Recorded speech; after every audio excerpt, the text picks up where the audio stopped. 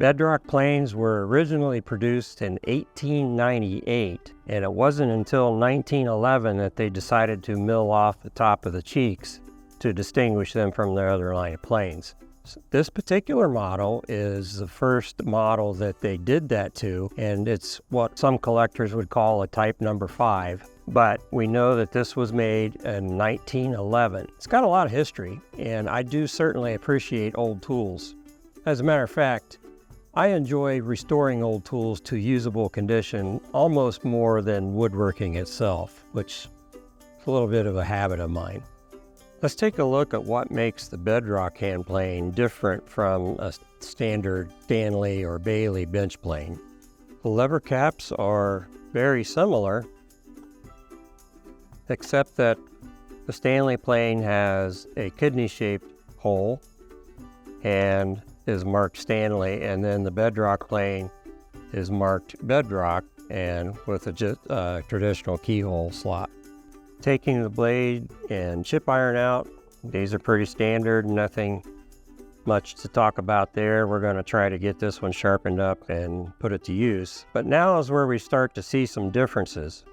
Now, we already talked about the milled sides on the Bedrock plane, but the biggest difference and what makes them unique is the casting of the frog. If you look at a Bedrock casting, you can see that it's been machined flat all the way down to the mouth of the plane.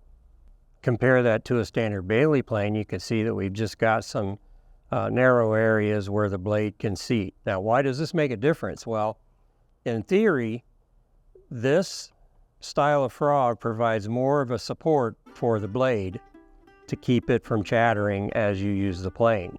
Another unique difference is how the frog mates with the bed of the plane. We're going to take these apart and see what that looks like.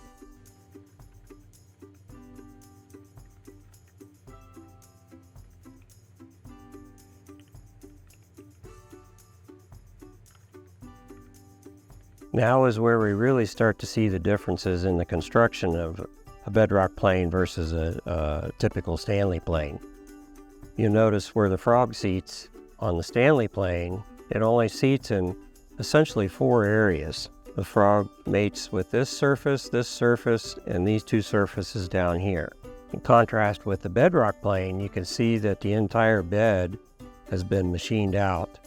And we turn the frog over, you can see the frog is completely milled flat as well.